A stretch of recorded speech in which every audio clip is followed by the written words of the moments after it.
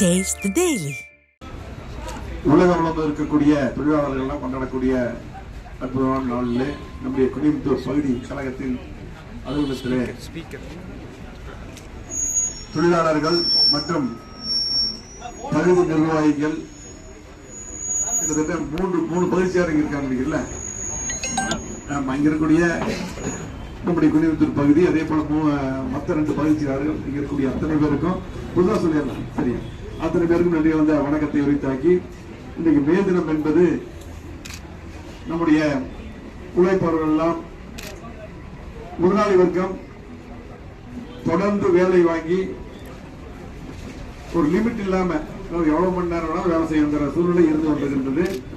அந்த சூழ்நிலையெல்லாம் மாற்றி 8 மணி நேரம் வேலை, அதே போல 8 மணி நேரம் உழைப்பு, அதே போல 8 மணி நேரம் ஓய்வு, அதே போல மற்ற நிகழ்ச்சிக்கெல்லாம் 8 மணி நேரம் என்று 8 பிரித்தார்கள். அதுல 8 மணி நேரம் தான் அந்த வேலை என்ற இதை கொண்டு வந்து மிகப்பெரிய போராட்டங்கள் நடத்தி நிறைய உயிரெல்லாம் தொடர்ந்து ரத்தத்தை சிந்தி தான் இந்த மே தினம், அந்த உழைப்பாளர் தினம் கொண்டாடப்படுகிறது. ஆகவே இன்றைக்கு உழைப்பாளர் இல்லைன்னா யாருமே கிடையாது. ஒவ்வொரு தொழிலும் சரி, எல்லாத்துலயும் உழைப்பது தான் முக்கியம்.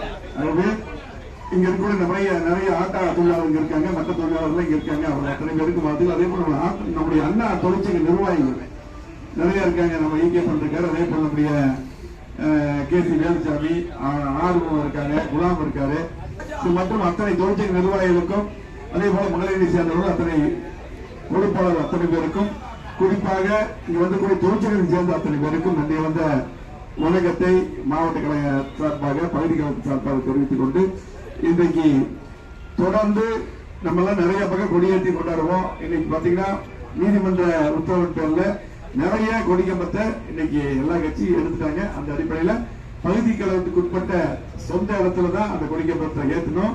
நம்ம எப்பவுமே விதிமுறை மீறுவதில் விதிமுறைக்கு உட்பட்டுதான். அதே போல இளைஞர்பாளையத்தில் எப்பவுமே கொடியேற்றி கொண்டாடுவோம். இன்னைக்கு அன்னதானம் மட்டும் வச்சு போர் திருப்பலா பண்ணிட்டாங்க. அப்படி வந்து பாத்தீங்கன்னா இன்னைக்கு மே தினம் எப்படி இருந்தாலும் அதிமுக சார்பாக, அதிமுக தொழிற்சங்க சார்பாக சிறப்பான முறையில் கொண்டாடப்படுகிறது.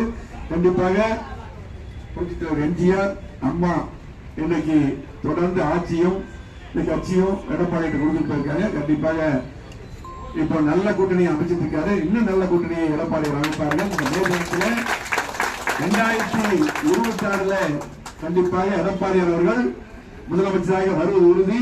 இன்னைக்கு ஒட்டுமொத்த தமிழ்நாட்டு மக்கள் முடிவு பண்ணிட்டாங்க. கண்டிப்பாக 2026 நம்முடைய ஆண்டு கண்டிப்பா அதிமுக ஆட்சி, எடப்பாடி முதலமைச்சராக உறுதி என்று இந்த நல்ல நாள்ல கண்டிப்பா நம்மளாம் உறுதியேற்று நம்முடைய உழைப்பை இந்த உழைப்பாளர் தினத்திலே நம்முடைய கட்சிக்காக ஒவ்வொருத்தரும் நிறைய பதவிகள் எல்லாத்துக்கும் நம்ம கொடுத்திருக்கிறோம். ஆகவே எல்லாருமே ஒற்றுமையாக இருந்து கொடுப்பா.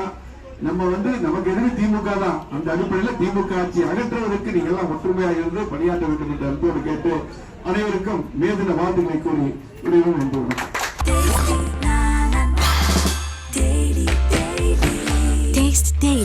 Taste the Daily.